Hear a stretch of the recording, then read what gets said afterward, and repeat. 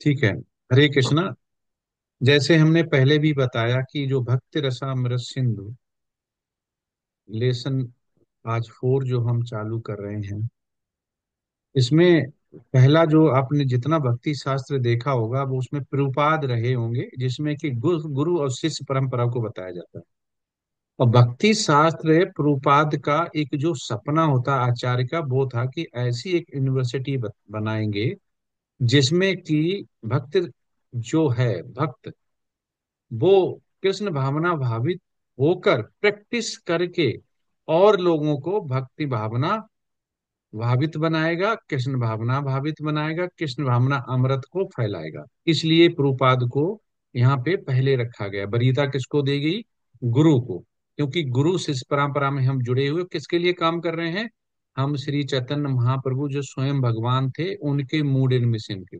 लेकिन उनका mood and mission हमसे पहुंचा कैसे? हमसे गुरु शिष्य परंपरा में पहुंचा। और हम जो भी आज पढ़ रहे हैं, जितनी बुक्स हैं, जितने भी हमारे शास्त्र हैं, ग्रंथ हैं लिखे हुए, वो प्रभुपाद के हैं। ज्यादातर प्रभुपाद के, 99%। 1% प्रभुपाद के जो शिष्य हैं उन्होंने उसको बड़ा सरल तरीके से लिख के हमें कुछ बताया हुआ है।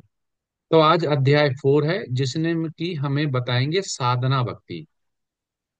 साधना भक्ति एक वो भक्ति है जो कि जस्ट एक भक्त के लिए स्टार्ट होती है, जो साधता है। क्या साधता है? अपनी इंद्रियों को साधता है, अपनी प्रोफेशनल लाइफ को साधता है, अपने अध्यात्म को साधता है। और ये जितनी भक्ति हम यहाँ पे पढ़ेंगे, ये स्वयं जो चैतन्य महाप्रभु हैं उनके डायरेक्ट शिष्य। आप सोचिए, डायरेक्ट शिष्य जैसे हमारे गुरु महाराज श्रील प्रपाद के डायरेक्ट शिष्य हैं, तो कितना उच्चतम कर रहे हैं आध्यात्म के लिए। अब सोचिए, जो भगवान का स्वयं डायरेक्ट शिष्य हो, उसने कितनी अच्छी तरह से हमें ग्रंथ और शास्त्र दिए होंगे। तो इसलिए इसका महत्व इतना ज्यादा है कि रूप गोस्वामी ने जो हमें दिया हुआ है, जो रागा नुगा भी हम बोलते हैं, रूप नुगा भी बोलते हैं, उनके कदमों पे चलना। तो साधना भक्ति हमें कितनी अच्छी तरह से बताई हुई है, हमारे आचार्यों ने यहाँ पर हमें बताया हुआ है। अभी हम पढ़ेंगे कि पाठ 3 के हमने रिकैप करेंगे, क्या पढ़ा और क्या समझा अभी तक। शुद्ध भक्ति सेवा की 6 विशेषताओं की जांच की और वे किस स्तर पर प्रकट होती हैं, ये हमने समझा। और जो क्लेशाग्नि की शर्तों को परिभाषित किया, पाप के 4 प्रकार जो हमने समझे, प्रभावों की व्याख्या की, और किस प्रकार भक्ति सेवा में सभी प्रकार के पाप पूर्ण फलों को निष्प्रभावी करने की शक्ति है। चर्चा की कैसे कृष्ण भावनामृत आंदोलन सर्वोच्च काली कल्याणकारी गतिविधि है। अब कृष्ण भावनामृत इसलिए कल्याणकारी है कि इस कलयुग में हमें हरे कृष्ण कीर्तन जो महामंत्र है वो ही केवल हमें भगवत धाम ले जा सकता है। और हमारी इच्छा ये नहीं होगी चाहिए कि हमें केवल भगवत धाम जाना है। हमें भगवान की प्रेमा भक्ति मांगनी है, उसके बदले में जो बाई प्रोडक्ट बोलते हैं कि वो भगवत धाम अपने मिल जाएगा। जैसे हम बोले हैं कि हमें चंदन अंग जगन्नाथ दास प्रभु जी के घर पर जाना है, तो घर पर जब जाएंगे तो जगन्नाथ प्रभु जी तो मिलेंगे ही, आज नहीं तो कल, कल नहीं तो परसों। घर तो नहीं छोड़ जाएंगे ना, बात करके ही जाएंगे। तो ऐसे ही यहाँ पे बताया गया है कि अगर भगवान की प्रेमा भक्ति करते हैं तब हम ये नहीं सोचते कि हमें भगवत धाम मिलना चाहिए। हम केवल भगवत धाम की नहीं करते हैं, हम करते हैं कि हमें भगवान की भक्ति, उनके चरणों में हमें जगह मिले। और फिर जब जगह मिलने की बात होगी, प्रेमा भक्ति की बात होगी, तो जो भगवान जहाँ होंगे, चरण जहाँ होंगे, वहीं तो हम जाएंगे। तो ऑटोमेटिक हम भगवत धाम पहुंच जाएंगे। तो केवल ये सोचें कि हम भगवत धाम के लिए ये कर रहे हैं, वो हमारे एक भक्त के लिए थोड़ा सा आचार्य ने बोला है कि वो भक्ति मार्ग से भटक सकते हैं। इसलिए हमें भक्ति मार्ग पे रहते हुए हमें तमोगुण से रजोगुण, रजोगुण से सतोगुण, सतोगुण से शुद्ध सतोगुण में जाना है और भगवान की प्रेमा भक्ति करनी। जैसे साधना भक्ति से भाव भक्ति, भाव भक्ति से प्रेमा भक्ति, तो ऑटोमेटिक हमें भगवत धाम मिल जाएगा। अगर हम केवल भगवत धाम सोचेंगे तो हो सकता है भगवत धाम अहेतु की कृपा और डायरेक्ट से भी मिल सकता है। आचार्यों के हेतु की कृपा से, लेकिन उसमें जो साधना भक्ति, भाव भक्ति, प्रेमा भक्ति को फिर आनंद नहीं ले पाएंगे। क्योंकि हमें इस बॉडी में जो भगवान ने दिया, इसीलिए दिया कि इस हम भले यहाँ पे इच्छा शक्ति से अपने पास आए हैं, लेकिन हम आनंद ले पाए, इस जेल में भी हम आनंद ले पाए। तो इसलिए यहाँ पे क्या आगे बताते हैं कि भक्ति के तीन प्रकार जो अभी हमने बताए, सा भक्ति साधना भाव प्रेमा चेत तिरोदिता, भक्ति के तीन प्रकार हैं। तिरोदिता मतलब तीन प्रकार। कौन सी? साधना भक्ति, भाव भक्ति और प्रेमा भक्ति। ये भक्त रसामृत सिंधु 1.2.1 से बताया गया। इसको ऐसे भी समझते, साधना भक्ति इज इक्वल टू कनिष्ठ भक्त, भाव भक्ति इज इक्वल टू मध्यम भक्त, और प्रेम भक्ति मतलब उत्तम भक्त। ये पहचान है। अगर आप साधना भक्ति में हैं, तो उसके मतलब कनिष्ठ भक्त है। जो भाव भक्ति में जाएगा वो मध्यम भक्त है, ये बोल सकते हैं कि। और मध्यम भक्त मतलब इज इक्वल टू भाव भक्ति। उत्तम भक्ति मतलब वो प्रेमा भक्ति में है, कि इसको समझा जाता है। अब पूर्व विभाग, जो हमने चार विभाग बताए थे, उसमें पूर्व विभाग का अवलोकन आता है। भगवत भक्ति भेद, भक्ति सेवा के प्रकार। पहला है सामान्य भक्ति परिचय 1, जिसमें श्लोका संख्या साधना भक्ति 2 से 16 बताई जाएगी, भाव भक्ति 17 से 18 बताई जाएगी, प्रेमा भक्ति 19 में बताई जाती है। 19 के बाद हम नहीं पढ़ते हैं उसको, यहीं तक। उसके आगे भी है, लेकिन हमारा काम इतने में ही हो जाता है। कृष्ण भावना अमृत के लिए क्या करना है? सभी के वीडियो ऑन नहीं है, फिर मार्क्स नहीं मिलेंगे। उनका कहना है कि भक्ति सेवा किसी के पिछले जीवन से एक सतत प्रक्रिया है। कोई भी भक्ति सेवा तब तक नहीं ले सकता जब तक कि उसका इससे कोई पिछला संबंध ना हो। तो ये कहना चाह रहे हैं कि ये जो मृत्यु लोक में आज अगर हमने हाई स्कूल किया, तो अगली बार जन्म होने के बाद अगला जन्म हम ये नहीं बोल सकते हमें 11th में एडमिशन दो, हमने तो पिछले जन्म में हाई स्कूल कर लिया था। पर अध्यात्म में ऐसा नहीं है। अध्यात्म में आपने जहां पर भक्ति छोड़ी है, अगले जन्म में अगर आप भगवत धाम नहीं जा पाए, किसी कारणवश कि आपके ऐसे कर्म थे जो आप नहीं पहचान पाए, या पहले जन्म कर्म, पहले जन्मों का कर्म है, लेकिन तभी भी आप वहां से स्टार्ट करें जहां पे लास्ट आपने खत्म किया है। तो वो यही भी यही बताना चाह रहे हैं कि जो भी आज हम हैं, इसमें हमारे पिछले जन्मों के कर्म के संबंधित हमें यहाँ पे मिला है। क्योंकि हम ना अपने माता पिता चूज कर सकते हैं, ना अपना परिवार चूज कर सकते हैं, ना अपना गोत्र चूज कर सकते हैं, ना हम कुछ भी नहीं कर सकते हैं। सब हमें भगवान देता है। इसलिए यहाँ पे बताया कि संबंध जरूर होता है, कि हमारे साथ ऐसा क्यों हो रहा है, वैसा क्यों हो रहा है। तो आज प्रेजेंट में हम जो बैठे हुए हैं, कुछ भी कर रहे हैं, ये हमारे अभी तक का कर्म और पिछले जन्मों के कर्म की वजह से जो मिश्र हमारा कर्म संयोग बना, उसकी वजह से हम हैं।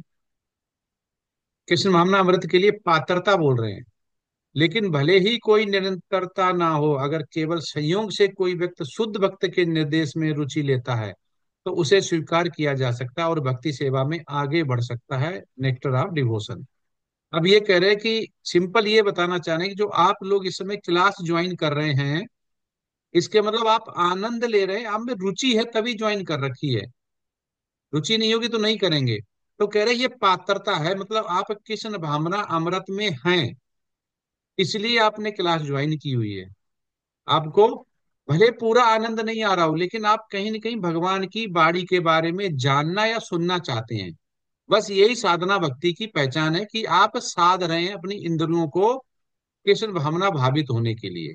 ये पात्रता बताई गई है। और इसके लिए अगर कभी कभी भक्त कंफ्यूज हो जाते कि ये पात्रता है, लेकिन यहाँ पे पात्रता मतलब उसकी नहीं बताई जा रही कि हम भक्ति करने के लिए पात्र हैं या नहीं है, कि हमें हाई स्कूल होगा, इंग्लिश आएगी तभी हम पात्रता होगी, नहीं।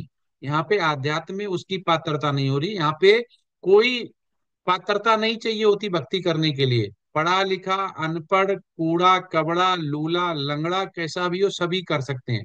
यहाँ पे ये बताएगी पात्रता, कि हम जब कनेक्ट हैं, अभी सुन रहे हैं, तो हम पात्र बन गए हैं, और हमारी ये पात्रता है कि हम भगवान के बारे में सुन पा रहे हैं। यहाँ पे उसके बारे में बताया जा रहा है। साधना भक्ति की परिभाषा यहाँ पे बताई गई कि क्या परिभाषा है, हम कैसे समझेंगे कि हम साधना भक्ति कर रहे हैं और उसमें हैं। कृत साध्या भवेत साध्य भाव सा सदा न विधा, नित्य सिद्धस्य भावस्य प्रकट्यम हृदय साध्यता। हृदय साध्यता मतलब हृदय को बोलना साधु, भाव की अवस्था को उत्पन्न करने वाली इंद्रियों की क्रिया साधना भक्ति कहलाती है। ठीक है, तो क्या समझे कि जितनी इंद्रियां हमारी हैं उनमें ये भाव लाना कि हम अगर कानों से सुनेंगे तो भगवान की लीला बाड़ी, आंखों से देखेंगे तो भगवान के अर्ज विग्रह, जिह्वा से बोलेंगे तो भगवान की बाड़ी के लिए, और हाथ से भगवान की सेवा करेंगे, और नाक से हम भगवान के चढ़े हुए फूल जो हैं उन्हें सूंघेंगे। ठीक है, भक्त रसामृत सिंधु 1.22 से ये लिया गया है। साधना भक्ति की परिभाषा अगला कंटिन्यू में कि कृत साध्या इंद्रियों द्वारा निष्पादित भवेत होना चाहिए, साध्य भाव जिसे भाव प्रेम प्राप्त होता है सा वह साधना अविदा साधना भक्ति कहलाती है। इंद्रियों द्वारा निष्पादित, निष्पादित मतलब कि जिसे हम इंद्रियां एक्सेप्ट कर पाए, एक्सेप्ट कर पाए मतलब जिसमें कि आध्यात्म हो, जो निष्पादित मतलब उनको अच्छा लगे, भगवान की भक्ति करें, उसको बोला गया यहाँ पे। और ऐसा भाव होना चाहिए जिसमें प्रेम प्राप्त हो। तो कह रहे इसको हम साधना भक्ति, ऐसा नहीं कि हम कर तो रहे, आनंद नहीं आ रहा, दिमाग हमारा कहीं है, मन कहीं है, लेकिन हम भक्ति कर रहे हैं, आनंद नहीं आ रहा है, तो वो इंद्रियों द्वारा निष्पादित नहीं। इसके मतलब हमारे कान जो है, इंद्रियां हैं, वो भगवान के बारे में पूर्ण रूप से नहीं सुनना चाह रहे हैं। हम जपा कर रहे हैं, मोबाइल में चल रहा है फेसबुक, इंस्टाग्राम, व्हाट्सएप, और जपा करते जा रहे हैं। तो ये यहाँ बता रहा है इंद्रियों द्वारा निष्पादित मतलब इंद्रियां केवल हमारी उसी चीज में लगी हो जिसमें हमारा भाव हो। साधना भक्ति सेवा व्यवहार में, अब सेवा व्यवहार में साधना भक्ति कैसे प्रकट होती है, हम कैसे जानेंगे? सेवा भाव से। अभ्यास का अर्थ है व्यवहारिक भक्ति सेवा में मन और इंद्रियों द्वारा दोनों को नियोजित करना। करे मन और इंद्रियों को नियोजित करना मतलब लगाना, किस पे? भगवान के लिए। ये अभ्यास कुछ कृत्रिम विकसित करने के लिए नहीं है। वो कह रहा है कि ये अभ्यास इसलिए नहीं कि कुछ कृत्रिम आर्टिफिशियल विकसित कर रहे हो। इसमें आर्टिफिशियल मतलब कोई ऐसी चीज बना रहे हो जिसमें भगवान का आनंद नहीं है, कृत्रिम। जैसे फूल, एक फूल सुगंध देता है, आपने बिल्कुल सेम गुलाब का फूल लेके आ गए जो है तो उसकी तरह रेड, लेकिन वो खुशबू नहीं दे रहा। तो ऐसी भक्ति जो हमें भक्ति भाव साधना भक्ति नहीं ला रही, दिखावे की है, आर्टिफिशियल है, वैसी नहीं करनी, उसका विकास के लिए नहीं बोला गया। जैसे कि आर्टिफिशियल फूल होते हैं, आर्टिफिशियल फूल भगवान पे चढ़ाने का कोई फायदा नहीं, क्योंकि हमारा जो इंद्रिय नाक है उसको सूंघ नहीं पाएगी। ठीक है, इसके बारे में यह बताया गया कि वो चीजें जो इंद्रियों से निष्पादित कर पाए, जिनका हम लाभ उठा पाए, उसको करना है, कि ना कि कृत्रिम विकास करना है कि भगवान पे फूल चढ़ा दिए, फिर दूसरे दिन उठा लिए, फिर धोके चढ़ा दिए, फिर उठा लिए, फिर धोके, क्योंकि वो मुरझाएंगे ही नहीं, आर्टिफिशियल। तो इसलिए भगवान पे ताजा ताजा सब कुछ चढ़ाना है, इसके बारे में यहाँ बताया जा रहा है। अब यहाँ पे उदाहरण दे रहे हैं प्रभुपाद कि एक बच्चा चलने से सीखता है, अभ्यास करता है, यह चलना अप्राकृतिक है, नहीं है। चलने की क्षमता मूल रूप से बच्चे में होती है, और बस थोड़े से अभ्यास से वह बहुत अच्छी तरह से चलता है। इस तरह कृष्ण भावनामृत को केवल अभ्यास से जगाया नहीं जा सकता, दरअसल ऐसी कोई प्रथा नहीं है। यहाँ पे सिंपल समझाना चाह रहे हैं कि अगर आप कृष्ण भावना भावित ऐसे नहीं किसी में विकसित कर सकते हैं कि पहला जन्म है, आपने विकसित कर दी, उसको सिखाना चाह रहे हैं और भक्ति में लग जाए, नहीं। अगर उसके पिछले जन्म संयोजित नहीं है, पुण्य संयोजित नहीं है, पिछले जन्म में भगवान की सेवा नहीं की, कृष्ण भावना भावित नहीं हुए, तो यहाँ पे नहीं लगा सकते हो उसको। वही कहना चाह रहे बच्चा, हम सोच रहे हैं बच्चे को सिखा रहे हैं, ऐसा नहीं, बच्चे पहले जन्म जन्म जन्मांतर से सीखा हुआ है। अगर आप उसे चलना नहीं सिखाएंगे तो भी वो एक उम्र के बाद चलने लगेगा। आप खाना नहीं सिखाएंगे तो भी वो मुंह में देने लगेगा। बच्चा जब माँ के गर्भ से पैदा ही होता है, उसे कोई डॉक्टर नहीं बताता है, ना माँ बताती, लेकिन माँ अपना जब उसको दुग्ध पान कराती है तो वो तुरंत दुग्ध पान करने लगता है। उसको तो किसी ने नहीं सिखाया, वो तो पेट में से निकला है, लेकिन लेकिन पीने लगता है और जानता भी है कि पिया जाता है। तो क्या है इसके मतलब, वो पहले से जानता है। तो प्रभुपाद यही बताना चाह रहे हैं कि जो भक्ति है, कोई हम फर्स्ट टाइम नहीं कर रहे हैं। अगर हम सोचें हम लेवल 4 में आ गए और भक्ति लेवल 5 में भक्ति शास्त्री कर रहे हैं, तो ये फर्स्ट टाइम कर रहे हैं, नहीं, ये गलत फहमी है। हमने छोड़ी हुई है, इस बार जहां पे छोड़ी थी वहीं से मिली है, नहीं तो हम अभी अध्यात्म में नहीं, अभी हम मेटेरिस्टिक सुख ले रहे होते।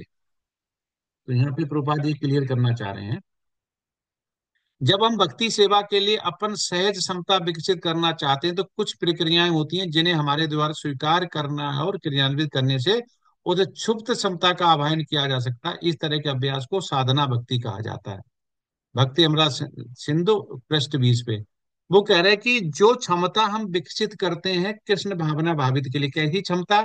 हम सुबह ब्रह्म मुहूर्त में उठते हैं, तो हम ये त्याग कर रहे हैं, इसके लिए, भगवान के लिए। उसके मिलना तो कुछ नहीं है, लेकिन हम भगवान के लिए कर रहे हैं।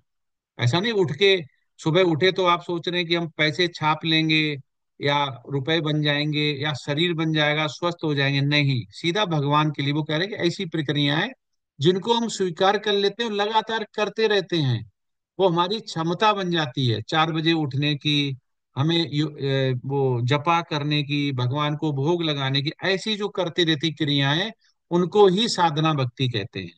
ये प्रपात कह रहे हैं कि जो हम शुरू हमारे आचार्य लोग बताते हैं और हम चालू कर देते हैं, जैसे हमें चैंटिंग करना, हमें प्रीचिंग करना, स्नान करना, भगवान को स्नान कराना, उनका लिए भोग बनाना, भोग लगाना, प्रसादम पाना। ये सिंपल बता रहे हैं, ये व्यवहार है, ये हमारे से पता चलता है कि हम साधना भक्ति में, और हम इसका आह्वान कर रहे हैं आगे बढ़ने के लिए। ये अभ्यास पागलपन से छुटकारा पाने में मदद करेंगे। जिस प्रकार मनुष्य का मानसिक रोग एक मनोचिकित्सक से निर्देश से ठीक हो जाता है, उसी प्रकार यह साधना भक्ति बुद्ध आत्मा को माया भौतिक भ्रम के तहत उसके पागलपन से ठीक करती है। वो कह रहे हैं कि जैसे एक पागल होता है, तो साइकियाट्रिस्ट के पास जाता है तो उसे वो सही कर देता है दवा दे के, ठीक है। लेकिन पागल क्या सोचता है, जैसे पागल खाने में जाओ, वो सोचेगा मुझे छोड़ के सारे पागल हैं, ठीक है। उसे देख लेना, वो कभी कभी ऐसी एक्टिविटी करेगा, ऐसा करेगा, सोचेगा मैं ठीक हूँ ये पागल है, मतलब ठीक वाला सोचेगा मैं ठीक हूँ ये पागल है। लेकिन दोनों की सोच में अंतर है, एक बिल्कुल भाव से जान रहा है कि वास्तव में हम सही हैं, और एक जान ही नहीं पा रहा है। तो वही यहाँ पे बताया गया है कि जो आध्यात्म में भक्त है वो वैसा है डॉक्टर समान, और जो पागल है वो है जो भौतिक में अभी रुचि ले रहा है। वो सोच रहा है अरे किसमें क्या आनंद रखा, सुबह 4 बजे उठते हो और जपा करते हो, कहाँ क्या जिंदगी तुमने बना रखी, आराम से ऐश करो, हम तो कोई पाप करते ही नहीं है, बस अपना आराम से आते हैं, हम भी कोई पाप नहीं कर रहे, पर ये भक्ति नहीं कर रहे, ऐसे ही बोलता है। वो कह रहे हैं ये सब पागलपन है, वो ही हम जो आत्मा को माया से जोड़ती है। लेकिन जब हम भगवान की भक्ति करते हैं तो वैसे ही हो जाता है। हमारी प्रीचिंग जो करते हैं हमारे गुरु होते हैं, वो डॉक्टर समान होते हैं, और हमें वो मनोचिकित्सक की जरूरत होती है सही होने के लिए। ये प्रभुपाद यहाँ पे बता रहे हैं। तो तथ्य यह है कि हमारे पास कृष्ण के लिए भक्ति है, यह तथ्य है, लेकिन किसी न किसी तरह हम अलग हो गए हैं और हम भूल गए हैं। तो जैसे ही इस नियामक सिद्धांत द्वारा आदिमक गुरु के आदेश से, शास्त्रों के आदेशों से हम भक्ति सेवा शुरू करते हैं, वह वो जैसे हमारे छात्र यहाँ करते हैं। वो कह रहे हैं कि हम भूल जाते हैं कि भगवान से हमारा संबंध क्या है और हम क्या हैं। लेकिन अगर कोई गुरु, कोई डॉक्टर अगर हमें बता देते कि इतनी मेडिसिन ले रही है, मतलब 16 माला जप करनी है, ये हमें प्रभुपाद ने दवा बताई हुई है बीमारी से सही करने के लिए, तो हमें झट से अपने गुरु या अपनी डॉक्टर की बात मान लेनी चाहिए, तो हम ठीक हो सकते हैं। और ये सब गुरु कहाँ से बताता है? जैसे डॉक्टर 4 साल की डिग्री करके किताबों से पढ़ता है, ऐसे गुरु जो लोग हैं वो शास्त्रों के आदेश को हमें बताते हैं। धक्का देने की प्रक्रिया प्रभुपाद बता रहे हैं, ये भक्तिमयी सेवा धक्का देने वाली प्रक्रिया है, धक्का देने की प्रक्रिया है, और जैसे ही ऊर्जा आती है तो अपने आप क्लिक क्लिक क्लिक, और धक्का नहीं, खुद ब खुद ये धक्का देने की प्रक्रिया आवश्यक है। दी नेक्टर ऑफ डिवोशन, बॉम्बे 28। वो धक्का कैसे? जैसे लेवल 1 में आए, प्रभु जी को एक माला करनी है, प्रभु जी क्लास में नहीं है तो काउंसलिंग से कॉल गया कि प्रभु जी आप आए नहीं, आपने कितनी माला कर रहे हैं, ठीक है, और आप लेवल 1 कर लीजिए, अभी लेवल 2 कर लीजिए, लेवल 3 कर लीजिए, आप संडे को लव फीस्ट में आइए, आप प्रसादम पाइए। ऐसे जो बोल बोल के करते हैं, जैसे त्रिलोक प्रभु जी हैं, आईफोन हैं, ये धक्के दे दे के ही यहाँ तक पहुंचे हैं। मीनाक्षी देवी माता जी हैं। तो जितने भी यहाँ पर आए हैं ना, किसी न किसी द्वारा धक्का दिया गया है। क्यों धक्का देने को प्रभुपाद क्या बोलते हैं? अगले स्टेप को बताना। जैसे धक्का क्या बोलते हैं, जैसे बॉम्बे में मैंने देखा है, मैं गया था एक बार, मिंटो रोड पे रुका था, आप ट्रेन के सामने खड़े हो जाइए बस, ठीक है, आप जोर मत लगाइए, भीड़ अपने आप को अंदर डाल देगी, अपने आप बाहर निकाल देगी, ठीक है। तो इसके मतलब आप गंतव्य स्थान पे तो पहुंच ही जाएंगे ना, आप खड़े हो जाइए, आप डिब्बे के अंदर, और वहां खड़े हो जाइए, बाहर निकल जाएंगे जहां उतरना है, बस मुंह कर लीजिए जिधर जाना है। तो वही धक्का यहाँ पे बोला गया है कि केवल आप जो भक्त हैं उनके सामने खड़े हो जाइए। वो धक्का दे के मतलब लेवल 1 कर लो, लेवल 2 कर लो, 3 कर लो, 4 करो, भक्ति शास्त्री, भक्ति वैभव, भक्ति वेदांत कर लो, धक्का दे दे के आगे आपको बढ़ाते रहेंगे। और ये प्रक्रिया कह रहे जरूरी है, ये आवश्यक है। अगर आपको कोई आपका काउंसलर या फैसिलिटेटर नहीं पूछे, तो हो सकते हैं हमें प्रोग्रेस नहीं हो। तो पूछा जाता है हमें कि कितनी माला चल रही हैं, क्या कर रहे हैं, प्रभु जी ठीक हैं, माता जी ठीक हैं, दीक्षा ले ली आपने नहीं ले ली, आप भक्ति शास्त्री कर रहे नहीं कर रहे हैं, आपको एनरोल करा लीजिए कर लीजिए, ऐसे धक्का दे दे के प्रभुपाद कर रहे हैं। आगे बढ़ाना जरूरी है, ये भी एक प्रक्रिया है। अभी बताया गया वैधि साधना भक्ति, ये बहुत जरूरी है। साधना भक्ति के 2 प्रकार होते हैं। पहले भाग को नियामक सिद्धांतों के अनुसार सेवा कहा जाता है। व्यक्ति को आध्यात्मिक गुरु के आदेश से आधिकारिक शास्त्रों के बल पर इन विभिन्न नियामक सिद्धांतों का पालन करना होता है। वैधि मतलब हो गया जो वेद शास्त्र के नियमिक हैं। जैसे मंदिर में आचार्य ने बोला कि तुम्हें ये करना है, जो रहे वहां पे सिद्धांत, तो इसके मतलब वो वैधि साधना है, क्योंकि वहां पे नियम कानून है, सिद्धांतों से करना, इतने बजे ये करना, इतने बजे ये करना, इतने बजे ये करना, वो वैधि साधना में आता है। रागानुगा साधना भक्ति क्या है? साधना भक्ति का एक और भाग रागानुगा कह जाता है। रागानुगा उस बिंदु को संदर्भित करता है जिसपे नियामिक सिद्धांतों के पालन करके कोई कृष्ण से थोड़ा अधिक जुड़ जाता है और प्राकृतिक रूप से प्रेम भक्ति सेवा निष्पादित करता है। तो रागानुगा मतलब राग किसे बोलते हैं? राग अलापना नहीं कहते कि अरे बच्चा तो राग अलाप रहा है, बार बार वही बोल रहा है। तो रागानुगा मतलब हो गया किसी पिछले आचार्य के कदमों पर चलना, ठीक है। किसी चलना किस पे? चलना किसे बोलेंगे? जैसे हमारे गुरु महाराज, हमारे आचार्य जिस पे चल रहे हैं उनके सिद्धांतों पे चलना, उनको पालन करना। और वो थोड़ा आगे बढ़ जाता है, वो केवल मंदिर तक या वैध साधना तक सीमित नहीं रहता है, वो आगे बढ़ जाता है एक्चुअली। वो प्रीचिंग सुनते सुनते प्लीचिंग करने लगता है। 1 मिनट, मेरा कॉल आ रहा है।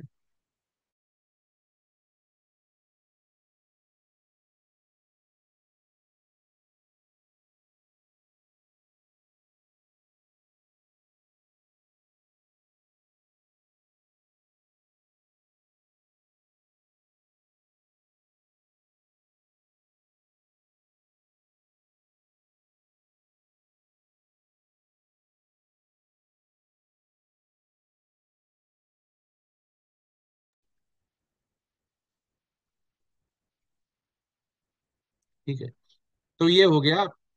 उसके बाद साधना भक्ति के जो 2 प्रकार हैं उसमें राग मार्ग भक्ति लोके करे थे प्रचार आदि बोला गया उससे, चैतन्य चमता के आदि से। भगवान सहज आकर्षण के मंच पर दुनिया में भक्ति सेवा का प्रचार करने के लिए प्रकट हुए। तो चैतन्य महाप्रभु किसके लिए हुए? चैतन्य महाप्रभु हुए भगवान सहज आकर्षण के मंच पर दुनिया में भक्ति सेवा का। तो चैतन्य महाप्रभु ने क्या किया? भक्ति सेवा के लिए, प्रचार के लिए प्रकट हुए। वैदिक साधना भक्ति का अभ्यास कैसे करते हैं? पृष्ठ 22 पे। जब भगवान के प्रति कोई लगाव या कोई सहज प्रेम पूर्ण सेवा नहीं होती है, और कोई आध्यात्मिक गुरु के आदेश का पालन करने या शास्त्रों के अनुसार भगवान की सेवा में लगा रहता है, तो ऐसा ही अनिवार्य सेवा वैदिक कहलाती है। भक्ति मतलब हमें कोई लगाव नहीं है, शुरू में हम मंदिर में गए घर छोड़ के कि भाई सेवा करेंगे जाके, ज्यादा जानते नहीं है, लेकिन वहां पे आचार्य ने हमें आदेश दिया कि तुम ये मंदिर की सफाई करोगे, भगवान के वस्त्र बदलोगे, उनको स्नान कराओगे, सुबह की ये करोगे, ऐसे करते करते हम आचार्य जो मंदिर के प्रेसिडेंट हैं वो हमें कुछ बोलते हैं और हम वो उसकी आज्ञा का पालन करते हैं। तो ऐसे जो आदेश हैं जो कि शास्त्रों के अनुसार है, लेकिन हमें कोई रुचि नहीं थी, हमें काम दिया गया, हमें भगवान के अर्च वगैरह के जो वस्त्र हैं वो पहनाने या धुलने का हमें रुचि नहीं थी, लेकिन काम दिया गया। तो ऐसे जिसमें रुचि नहीं काम दिया जाए और धीमे धीमे हमें उसमें प्रेम आ जाए, ऐसे को वैदिक साधना भक्ति का अभ्यास बोलते हैं। जब भगवान के प्रति कोई लगाव या कोई सहज प्रेमपूर्ण सेवा नहीं होती और कोई आध्यात्मिक गुरु के आदेश का पालन करने या शास्त्रों के अनुसार भगवान की सेवा में लगा रहता है, तो ऐसी अनिवार्य सेवा वैदिक सेवा कहलाती है। स्मर्तव्या सततम विष्णु विस्मृतव्यो न जातुचित सर्वे विधि निषेधता और केव एव किंकरा। किसी भी तरह हमेशा विष्णु के बारे में सोचें, किसी भी परिस्थिति में उन्हें भूले बिना। वास्तव में ये सभी नियामक सिद्धांतों में सबसे बुनियादी है। इस सरल आदेश और निषेध के भीतर सभी नियामक सिद्धांत पूर्ण पाए जाते हैं। पृष्ठ 23-24 पे तो क्या बोला गया कि हमें विष्णु के बारे में सोचें, किसी भी स्थिति में उन्हें भूले बिना, मतलब हमें उनको भूलना नहीं है। नियामक सिद्धांतों से बुनियादी ये सरल आदेश है, कह रहा है सभी नियामक सिद्धांत पूर्ण पाए जाते हैं। मतलब हम जो भी आचार्य के कहने पर मंदिर के बाहर या मंदिर के जो अंदर करते हैं वो शास्त्र विधि होते हैं। और ऐसे अगर जुड़े रहते हैं तो हमें धीमे धीमे हम वैदिक साधना के उच्च स्तर पर पहुंच जाते हैं, उसके बाद ही हमें रागानुगा का जो होता है आवेश होता है। यदि इस आदेश का पालन किया जाता है तो अन्य सभी नियम और कानून स्वतः ही लाइन में आ जाएंगे। अन्य सभी नियम कायदों को किसी एक मूल सिद्धांत का सहायक का सेवक मानना चाहिए। अब इसमें कह रहे हैं कि जैसे मंदिर में गए तो धीमे से सेवा मिली कि फूल की माला बनाइए, फिर बोला गया माता जी प्रभु जी आप कितनी चैंटिंग करते हैं, बोले कुछ भी नहीं करते हैं अभी जुड़े हैं, बोले एक कीजिए, फिर थोड़े दिन बाद बोले दो कीजिए, ये सेवा लीजिए। ऐसे करते करते करते करते करते क्या होता है कि हम रुचि जाग जाती है और फिर उसके लहसुन प्याज हम छोड़ देते हैं, चाय कॉफी छोड़ देते हैं, मांसाहार छोड़ देते हैं, अंडा छोड़ देते हैं, फिर हम वेजिटेरियन से क्या हो जाते हैं, क्रेस्टेरियन हो जाते हैं। इसको बोला गया कि हमें उसका मानना चाहिए तभी ऐसा होगा, तो ये बता रहे हैं। अब यहाँ पे समूह व्यायाम आया, अध्याय 2 के उपमा और श्लोकों का संदर्भ दें। तो इसमें आप किसी पे बुक है तो आप पढ़ सकते हैं, किसी पे अगर है तो। जी प्रभु जी, मेरे पास है। कौन सा पेज पढ़ना है? अध्याय 2 के उपमा और श्लोकों का अध्याय 2 का। गुड।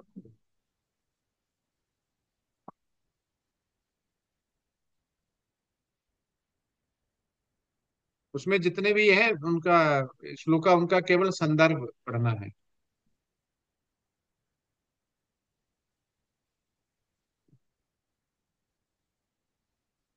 भक्ति की प्राथमिक अवस्थाएं, हम्म। यह दो है। उसमें दिया गया है कि भक्ति की तीन कोटियां बताई गई है। हम्म। उसमें है साधना भक्ति, भाव भक्ति तथा प्रेम भक्ति। हम्म। इस लाइन में उसका है कि इस प्रसंग में श्री रूप गोस्वामी का सुझाव है कि भक्ति या कृष्ण भावनामृत के पात्र को उसकी विशेष रुचि के अनुसार वर्गीकृत किया जा सकता है। ये कहते हैं कि भक्ति मनुष्य का पूर्ण जन्म से चली आ रही है और सतत प्रक्रिया है। उपमा है ना, उपमा पढ़ना है। इसमें है कि यद्यपि सातत्य न भी बना रहे और यदि कोई संयोग बस शुद्ध भक्त के उपदेश में रुचि दिखाता हो तो उसे स्वीकार किया जा सकता है और वह भक्ति में आगे बढ़ सकता है। जो भी हो, ऐसे व्यक्ति जिन्हें भगवत गीता तथा श्रीमद् भागवत जैसे ग्रंथों के समझने में सहज रुचि है, उनके लिए भक्ति उन लोगों की अपेक्षा अधिक सरल है जो केवल मानसिक चिंतन एवं तर्क प्रक्रियाओं के आदी हैं। और और जो उसके माह जी,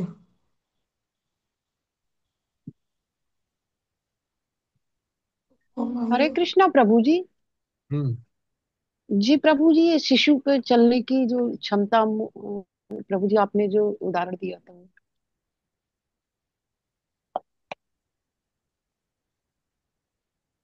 हरे कृष्ण।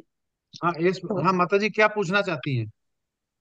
प्रभु जी, जो आपने भी हमको समूह बयान दिया है, उसमें उपमाओं और श्लोकों का संदर्भ दे, तो उपमा हमको बताना प्रभु जी। हाँ, अध्याय 2 के उपमा और श्लोकों का संदर्भ देना है। तो प्रभु जी, श्लोक का तो इसमें नहीं है, उपमा है। हम्म। तो आप क्वेश्चन दोबारा बोल सकते प्रभु जी, क्षमा करें ध्यान। हाँ नहीं, आप पढ़ दीजिए, उसमें ये है, समूह ये है कि उसमें से संदर्भ दें, मतलब पढ़ के समझ के।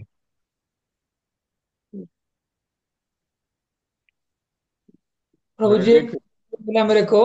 नारद मुनि ने श्रीमद् भागवतम में 7.1.32 में इस साधन भक्ति का उल्लेख किया है। वे युधिष्ठिर महाराज से कहते हैं, हे राजन, मनुष्य को किसी न किसी साधन द्वारा अपने मन को कृष्ण पर स्थिर करना होता है। यही कृष्ण भावनामृत कहलाता है। एक उपमा हो गया, कैसे भावना कर सकते हैं। और इसमें बताया उन्होंने कि साधन भक्ति के भी दो भाग किए हैं। पहला भाग विधि विधान के अनुसार भक्ति है। इसमें अपने गुरु के आदेश या प्रमाणिक शास्त्रों के अनुसार विभिन्न विधि विधानों का पालन करना होता है, और इससे इनकार होने का प्रश्न ही नहीं उठता। यह वैदिक भक्ति है।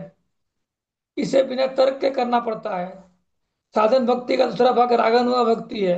रागानुगा भक्ति उस स्थिति को सूचित करती है जिस पर विधि विधानों का पालन करते हुए मनुष्य कृष्ण के प्रति कुछ अधिक अनुरक्त हो जाता है और प्राकृतिक प्रेम के कारण भक्ति करता है। इसमें बताया गया है, उपमा दिया गया है कि ये साधन भक्ति में वैदिक भक्ति क्या है और रागानुगा भक्ति क्या होता है।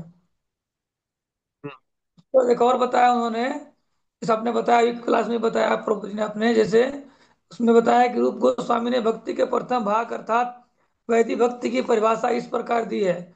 जब भगवान के प्रति कोई अनुरक्ति या कोई रागानुगा भक्ति नहीं होती और मनुष्य गुरु का आदेश का पालन मात्र करने के लिए, शास्त्रों का पालन करने के लिए भगवान की सेवा में लगा रहता है, ऐसी अनैच्छिक सेवा वैदिक भक्ति कहलाती है। इसमें बताया गया है कि कोई इच्छा नहीं है करने का, हम्म। लेकिन हम्म। है, और हमने गुरु ने आदेश दिया, हम कर रहे हैं, बट ऐसे ही कर रहे हैं, तो क्या वैदिक हम विधि कर रहे हैं। हम्म। जी। और एक और हम इस एक और चीज है, इसमें बताया गया है कि हाईलाइट किया था, श्रीमद् भागवत के प्रमाणिक कथन के अनुसार मनुष्य को एकमात्र भगवान विष्णु कृष्ण का श्रवण तथा कीर्तन करना चाहिए। उसमें एक और उपमा है कि भगवत गीता में कहा गया है कि जो कोई भगवत भक्त बन जाता है वह कभी विनष्ट नहीं होता है। हम्म। एक और उपमा यहाँ पे दिया हुआ है कि यदि हम गंभीरता पूर्वक कृष्ण की शरण में जाते हैं तो हमें अनेकानेक योनियों में वापस फेंके जाने का भय नहीं रहता। जैसा कि भगवत गीता में पुष्टि हुई है, निष्ठावान भक्त को निश्चित रूप से कृष्ण के धाम में भेज दिया जाएगा।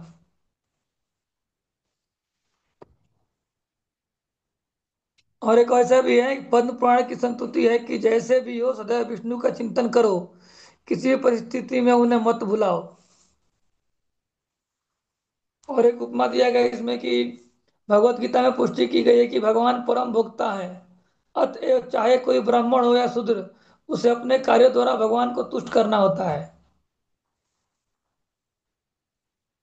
यस प्रभु जी। जी प्रभु जी, 4-5 मैंने हाईलाइट किया था पढ़ते टाइम पे। जी प्रभु जी, हरे कृष्ण। ये धन्यवाद प्रभु जी, बहुत अच्छा बताया। सारा वही है जो हमने अभी तक पढ़ा है। तो इसमें जो भी पीपीटी बनाई, ज्यादातर सब कुछ डाल दिया, तो बड़ा सिंपल है इसमें। साधना भक्ति दो तरह की जो बताई गई है, साधना वैधि व्यक्ति और रागन होगा। वैध व्यक्ति वो हो गई जो कि हमें दी गई है, हमें पता नहीं था करना क्या है। बस हमें दे दी गई और हम अनिच्छा से करते जा रहे, लेकिन करते करते फिर हम रागानुगा में घुस जाते हैं, जो कि एक विधि शास्त्र विधानों से, जिसमें कि अपनी भगवान के लिए सेवा करते हैं इच्छा से। और अब ये पाठ पांच के उद्देश्य समझ, साधना भक्ति की प्रक्रिया की उपमाओं की भक्त रसायन सिंधु संध सत्र में परिभाषित और समझाया गया। वैधि रागनुगा साधना भक्ति में भेद, प्रभुपाद की मनोदशा के संबंध में भक्ति सेवा का अभ्यास करने की योग्यता पर चर्चा की। इस प्रकार कृष्ण भावना अमृत आंदोलन न बहुत अच्छा है, आंदोलन बहुत अच्छा है। हर किसी को अब उसके पास जो भी व्यवसाय है उसमें लगे रहने दें। उसे केवल कृष्ण भावनामृत में अपने कार्यों के फलस्वरूप भगवान कृष्ण की पूजा करनी चाहिए। ये पूरी स्थिति को समझायोजित करता है, उस दुनिया में हर कोई खुश और शांतिपूर्ण रहेगा। तो प्रभुपाद कह रहे हैं कि अगर इस दुनिया में खुश रहना है तो कृष्ण भावना भावित होके हमें केवल भगवान कृष्ण की पूजा अर्चना करनी है और चैंटिंग करके महामंत्र को जपना है। उसी से हमें आनंद आएगा, खुश रह सकते हैं। हरे कृष्णा। तो आज का पाठ हमारा समाप्त होता है। कभी छोटा, कभी ज्यादा, कभी कम, ये टाइम लगता रहेगा। तो टाइम को ना पकड़े, क्वालिटी को पकड़े कि जल्दी खत्म हो गया, इतना ही था। आप जितना है तो, क्योंकि ये बड़ा ढंग से आज जैसे दो चीजें समझ में आया कि हमें कोई चीज मिलती नहीं है, पहले से डिसाइडेड है हमारे कर्म के हिसाब से। दूसरा, साधना भक्ति दो प्रकार की होती है। एक वैधि भक्ति जो कि हमें दी जाती है, हमारी इच्छा नहीं है। दूसरा रागानुगा, जो कि हम आचार्यों वेद शास्त्रों के राग मतलब होता है उस पे चलना, बार बार चलना, बार बार करना। ये आज यहाँ पे बताया गया। हरे कृष्णा। अभी कोई का किसी का कोई प्रश्न है तो पूछ सकते हैं। हरे कृष्णा प्रभु जी। हाँ, यस प्रभु जी। प्रभु जी ऐसा है कि हम तो आज ये दूसरी कक्षा है क्या प्रभु जी? इसका जो आपने का पढ़ाया सर, क्या इसका पीडीएफ का मिल सकता है प्रभु जी, नहीं ताकि प्रभु हम। जी, इसका, हाँ, इसका आदेश नहीं है हमारे देने का, क्योंकि ये मंदिर से जो ये मायापुर से मिलता है, और ये कॉपीराइट्स जैसा नहीं हो जाता है, वैसा हो जाता है। जी। ये तो बगैर गुरु हम की आज्ञा नहीं मिलती है। इस बुक से का आप पढ़ें प्रभु जी।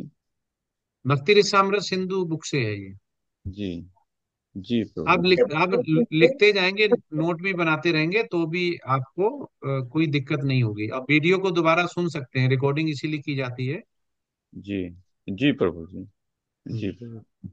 लेकिन हरे प्रभु जी कृष्ण। बहुत अच्छा दिया हुआ है, किताब पढ़िए, आपको सब समझ में आएगा आपको। हाँ, इसकी पीडीएफ भी मिल सकती है, आप अगर ट्राई करेंगे। और हमें आदेश नहीं है एक्चुअली ना, तो हमें जो आदेश नहीं है तो उसके हम विरुद्ध नहीं कर सकते हैं। जी प्रभु जी। जी। फेसबुक की पीडीएफ है, हरे। अगर उनको चाहिए तो मैं शेयर कर दूंगा। हाँ, यस प्रभु जी। हाँ जी प्रभु जी, अगर आप कर दें तो हम भी उसका मैं कर दूंगा, निकलवा मेरे लें पास पीडीएफ। PDF है, मैं कर दूंगा। जी। जी प्रभु जी। जी प्रभु जी। हरे कृष्णा प्रभु। आप बुक खरीद लीजिए, बुक खरीदे के पढ़ने में आनंद आएगा आपको, वो पीडीएफ में जी। नहीं आएगा। जी। जी। जी हम परचेस कर लेंगे। जी, जी ज्यादा प्रभु। नहीं, 100 200 हाँ, 200 का आता है, ज्यादा रेट नहीं है। जी। जी। हरे कृष्णा प्रभु जी। हरे कृष्ण।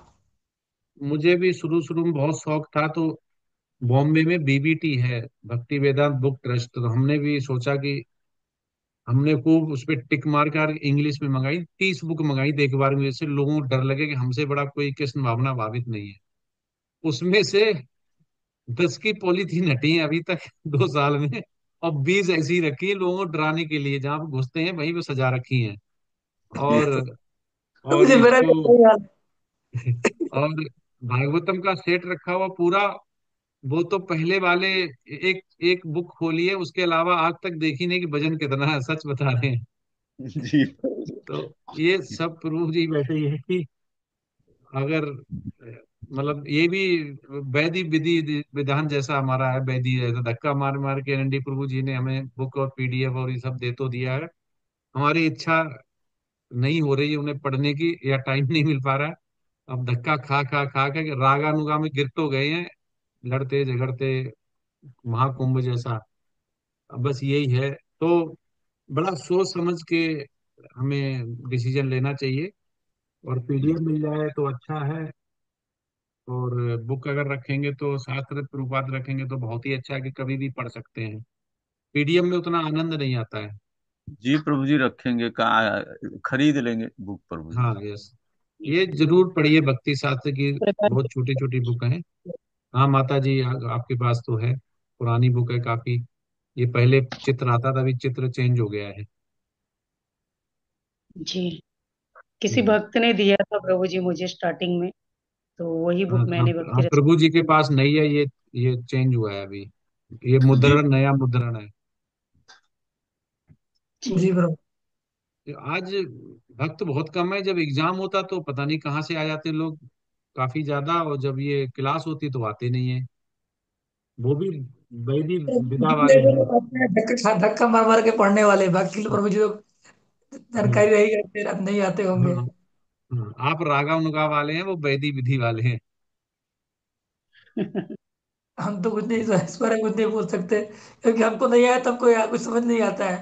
हम तो अगर पढ़ने के बाद भी 4 दिन पढ़ते हैं तभी समझ नहीं आता है। फिर हम एक और यहाँ पे मंदिर जाते हैं, सेवा कर रहे हैं, एक वहां सीनियर डिवोटी प्रभु जी हैं, उनको बुक ले पूछते हैं, फिर समझ में आता है मेरे को। हाँ, ऐसा हाल है मेरा। रहता है प्रभु जी। एक्चुअली क्या है कि हमारा पूरा जो लाइफ स्टाइल है, जैसे अ, हम क्या कार्य कर रहे हैं, हमारी जॉब कैसी है, हमारा फैमिली बैकग्राउंड कैसा है, सारा उस पे ही हमारा आईक्यू निर्भर रहता है। क्योंकि हम बहुत चीजें सुनते हैं लेकिन हम जल्दी ग्रैस्प नहीं कर पाते, क्योंकि हमारे सबकॉन्शियस माइंड में कभी कुछ ना कुछ पीछे चलता रहता है, जिसमें घर हो गया, व्यापार हो गया, कंपनी हो गई, नौकरी हो गई, ये आता रहता तो नहीं है। हाँ, जो इनसे बहुत दूर है, जैसे किसी का बिजनेस बहुत अच्छा सेट है, या जो निर्भर नहीं है नौकरी पे अपना, अच्छा, वो जल्दी भक्ति में प्रगति करता है। ठीक है, जैसे मंदिर में रहने चला गया कोई, या ब्रह्मचारी है, या घर से बिल्कुल फ्री है, या शादी नहीं करी है, बिल्कुल बैचलर टाइप के हैं। शादी होने के बाद प्रभु जी हो या माता जी, आधी ब्रेक लग जाती है, आधी ताकत हो जाती है। तो वो, क्योंकि बहुत सारी चीजें देखनी होती हैं, तो भक्ति इतनी आसान नहीं मिलती है, क्योंकि ये सब भगवान ही उसमें अवरोधक डालते हैं जिससे कि हमें आसानी से ना मिल पाए। तो ये सब भगवान का रहता है, माया के द्वारा हमारा शादी कराना, बच्चे कराना, उनसे मोह करना, ये करना, वो भुला देता है। लेकिन हमें भूलना नहीं चाहिए कि अल्टीमेट हमारा भगवान का संबंध क्या है और हमें करना क्या है, किसके पास जाना है। ठीक है। तो कुंभ आप में से कौन कौन होके आ गया है?